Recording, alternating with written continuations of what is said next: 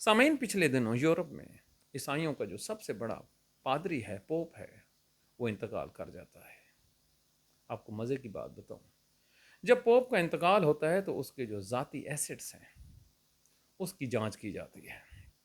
یہ اتنا بڑا عہدہ ہے کہ اس کے آگے یورپین کنٹریز کے جو پریزیڈنٹس ہیں، جو پرائم منسٹرز ہیں، ان کی تو کوئی وقت ہی نہیں ہے، وہ اس کے سامنے ہاتھ باندھ کے کھڑے ہوتے ہیں۔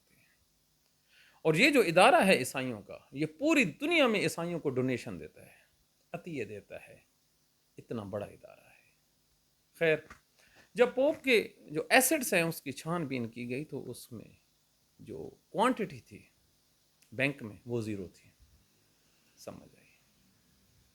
اور ہمارے جو ادھر مذہبی ہیں، بڑے بڑے عالم، بڑے بڑے جو گدی نشین، ذرا دیکھیں آپ صرف اور صرف مدنی چینل والے الیاس اطاری کا دیکھیں، کروڑوں نہیں اربوں روپے بینک اکاؤنٹ میں پڑے ہیں۔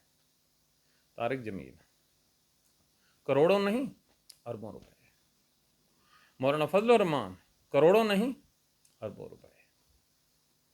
دیگر گدی نشین، پیراڈوز، بلڈنگیں، پلازے، گاڑیاں، زرعی جائیداد، گھوڑے، جائیدادیں، اور ادھر عیسائیوں کا 0/0۔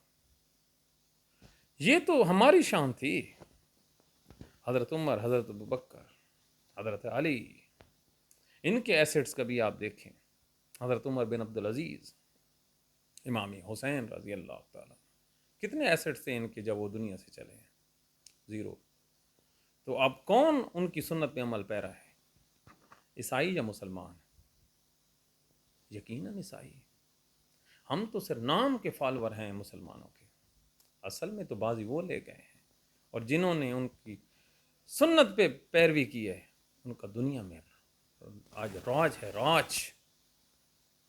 تو یہ سن کے جو پاکستان کے جو مولوی ہیں انہیں کوئی شرم نہیں آئے گی، لیکن ڈٹھائی کا عالم دیکھیے، آج بھی سر عام کفار کو گالیاں نکالتے ہیں اور کہتے ہیں ہماری بات پہ لوگ عمل کیوں نہیں کرتے۔ جناب، آپ کا کنڈکٹ ہے، اپنا کنڈکٹ تو دیکھیے، اپنے بینک بیلنس تو دیکھیے، کیجئے نا موازنہ۔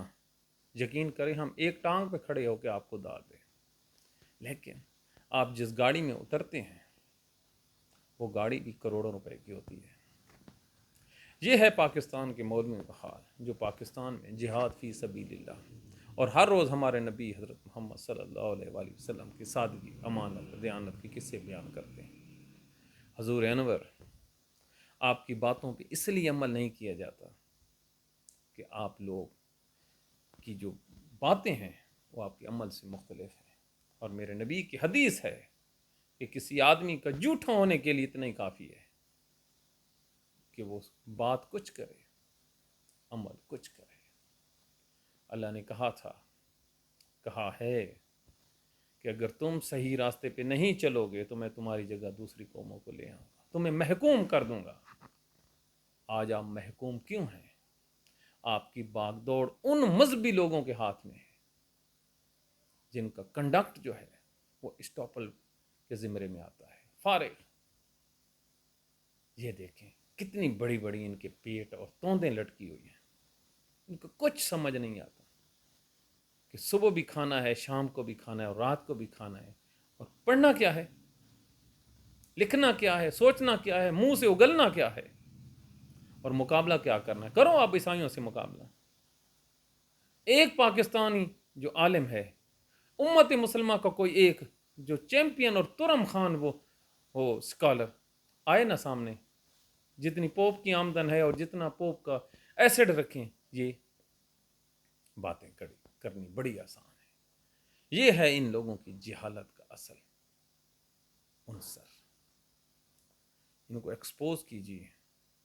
لیکن المیہ یہ ہے، فوج کے خلاف بات کرو تو غدار، پولیس کے خلاف بات کرو تو غدار، مولویوں کے خلاف غدار کرو تو کافر، عدلیہ کے خلاف بات کرو توہین عدالت۔ کدھر جائیں؟ لیکن اٹھیے، سوال کیجئے۔ سوال نہیں کرو گے تو نہ آپ پاکستان کے دوست ہیں، نہ اسلام کے دوست ہیں۔ کسی بھی جو آپ کا گدی نشین مولوی یا پیر ہے جس کے ایسٹس ہیں، اسے پوچھئے کہ پوپ کے تو نہیں تھے، آپ کے کیوں ہیں، کیوں نہیں آپ ڈونیٹ کرتے، وہ کہے گا تم پاگل ہو۔ اپنی دعاؤں میں یاد رکھیے، پاگل ہمیشہ آواز اٹھاتے ہیں، آواز